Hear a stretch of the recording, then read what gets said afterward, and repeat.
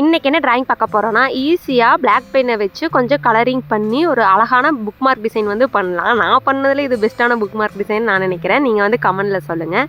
இப்போ வந்து ரேண்டமாக மேலேருந்து கீழே வந்து வளைவுகள் வர மாதிரி லைன்ஸ் மாதிரி போட்டுக்கலாம். நம்ம வீடியோவில் கட்டுறோம் பார்த்தீங்களா, அந்த மாதிரி போட்டு முடிச்சுட்டு அதுக்குள்ளே இலைகள் ஷேப் இருக்கும் பார்த்தீங்களா, அந்த மாதிரி சின்ன சின்ன வாட்டர் ட்ராப்ஸில் இலைகள் வர மாதிரி நம்ம கொடுத்துக்கலாம்.